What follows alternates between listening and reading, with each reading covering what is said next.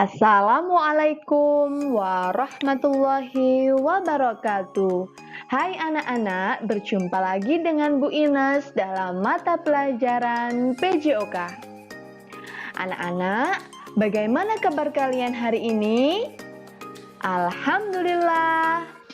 Tetap semangat, Allahu Akbar. Nah anak-anak, sebelum pembelajaran PJOK dimulai, mari kita berdoa terlebih dahulu agar kita selalu diberi kesehatan oleh Allah Subhanahu wa Ta'ala. Berdoa dengan membaca Al-Fatihah ya. Berdoa dimulai.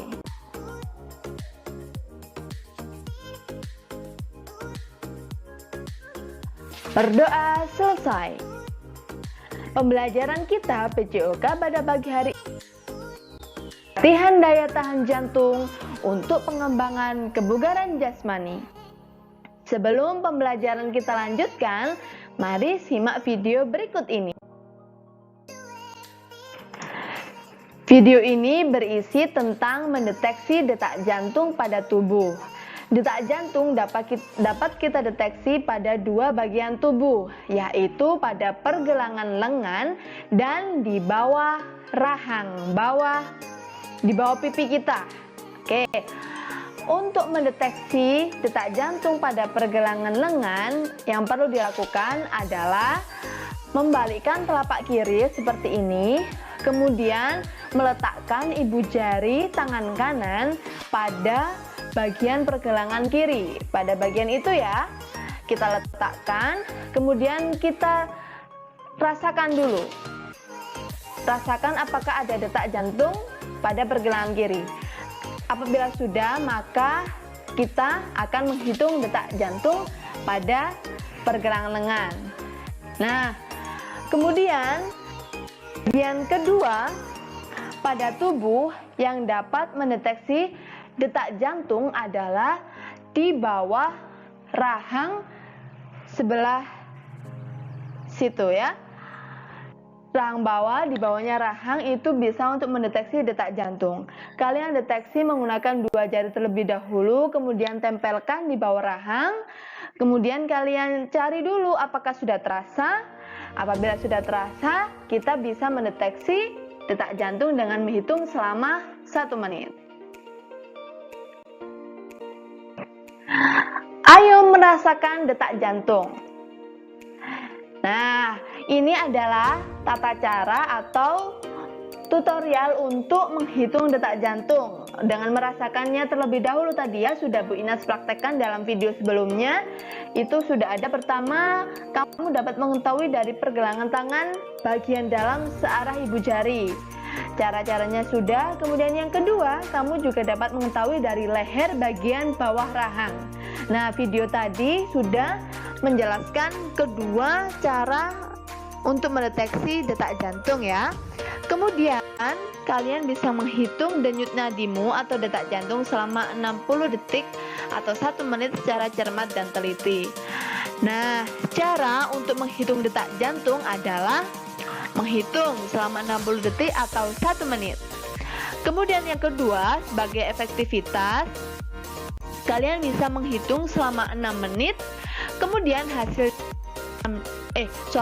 yang kedua menghitung selama 6 detik, kemudian hasil selama 6 detik itu dikalikan 10. Seperti ini, hasil detak jantung 6 detik dikalikan 10.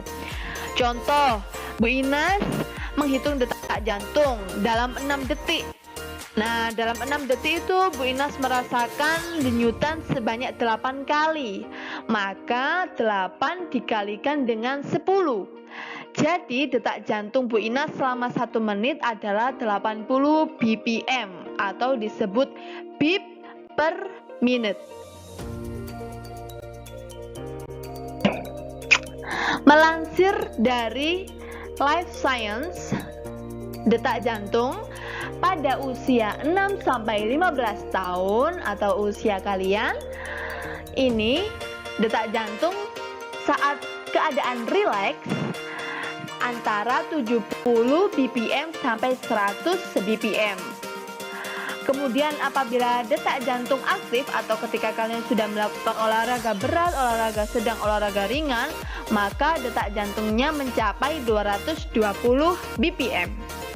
Kenapa? Semakin aktif berolahraga, detak jantungnya semakin tinggi, Bu Ines, karena jantung akan memacu untuk menyuplai oksigen lebih banyak ke dalam tubuh saat kita melakukan olahraga.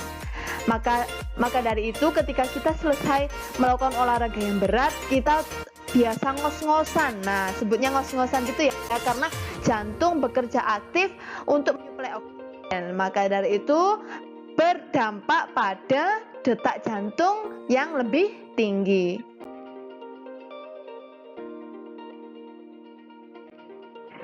Nah, apa sih daya tahan jantung? Tadi sudah kita bahas dari awal ya, dari menghitung detak jantung dan sebagainya. Kita akan mengetahui apa sih itu daya tahan jantung. Daya tahan jantung adalah kemampuan jantung memompa darah untuk menyuplai oksigen ke seluruh tubuh dengan cepat dalam jangka waktu yang lama. Daya tahan jantung sangat dibutuhkan agar tubuh tetap bugar. Nah, kalau begitu apa saja ya yang mempengaruhi daya tahan jantung? Yang pertama, ada usia.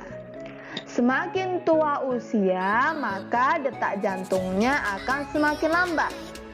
Karena badan atau tubuh sudah tidak terlalu banyak melakukan aktivitas. Berbeda dengan pada usia muda. Kemudian jenis kelamin. Nah, daya tahan jantung berbeda antara jenis kelamin laki-laki dan jenis kelamin perempuan. Kemudian keturunan, faktor genetik itu bisa saja mempengaruhi daya tahan jantung. Dan yang terakhir yang mempengaruhi itu ada aktivitas fisik. Semakin besar aktivitas fisik yang dilakukan, maka daya tahan jantungnya akan semakin baik.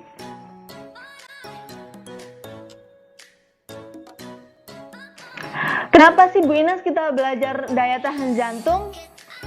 Terus mengapa daya tahan jantung itu harus dijaga? Apa manfaat menjaga daya tahan jantung? Nah, silakan simak beberapa manfaat dari menjaga daya tahan jantung berikut ini. Yang pertama adalah tubuh tidak mudah lelah. Dapat dibandingkan ketika anak itu aktif berolahraga dengan anak yang tidak aktif berolahraga. Yang aktif berolahraga ketika melakukan banyak kegiatan, tubuhnya tidak mudah lelah. Jadi tubuhnya selalu semangat, aktif. Berbeda dengan anak yang kurang berolahraga atau yang daya tahan jantungnya lemah. Nah, maka dia akan merasa cepat lelah. Yang kedua, mengurangi bahaya gangguan jantung dan pembuluh darah. Karena ketika kita menjaga jantung, maka jantung itu akan terbiasa untuk memompa darah. Memompa darah yang menghasilkan oksigen yang disalurkan ke seluruh tubuh.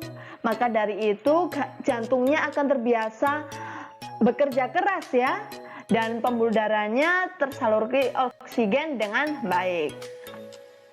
Yang ketiga, menjaga tekanan darah tetap normal. Terus ada yang keempat, mengatur kadar lemak dalam darah. Yang kelima, mampu melakukan aktivitas dalam waktu yang lama. Jadi kalau kita berolahraga dalam waktu yang lama, tubuh kita tidak mudah capek. Daya tahan jantungnya itu kuat karena sudah terbiasa ya. Serta mengurangi resiko penyakit jantung koroner. Nah, kita pasti berharap ya kita dalam keadaan sehat walafiat dan terhindar dari segala macam penyakit. Maka dari itu kita harus mulai dari menjaga daya tahan jantung. Untuk meningkatkan daya tahan jantung. Yang pertama, kalau dalam pelajaran PJOK ini ada lari memindahkan bola, ya. Ada kemudian lompat tali. Yang ketiga ada lari mengelilingi lapangan. Nah, Dan yang keempat ada lari halang rintang. Bu, kenapa sih kok latihan peningkatan daya jantung itu banyak larinya? Nah, karena dengan lari ini semua bagian tubuh itu ikut bergerak ya. Maka jantung akan memompa lebih intens untuk menyalurkan oksigen ke dalam pembuluh darah yang ada di tubuh kita. Nah, jadi latihan peningkatan daya jantung itu lebih banyak latihan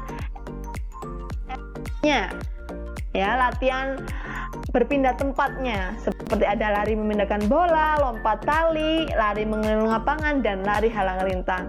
Untuk latihan-latihan peningkatan daya tahan jantung kita bahas pada pertemuan selanjutnya. Oke anak-anak, terima kasih. Demikian pembelajaran kita pada pagi hari ini. Semoga kita selalu dalam keadaan sehat walafiat. Oke, demikian dari Bu Inas. Bu Inas akhiri. Wassalamualaikum warahmatullahi wabarakatuh.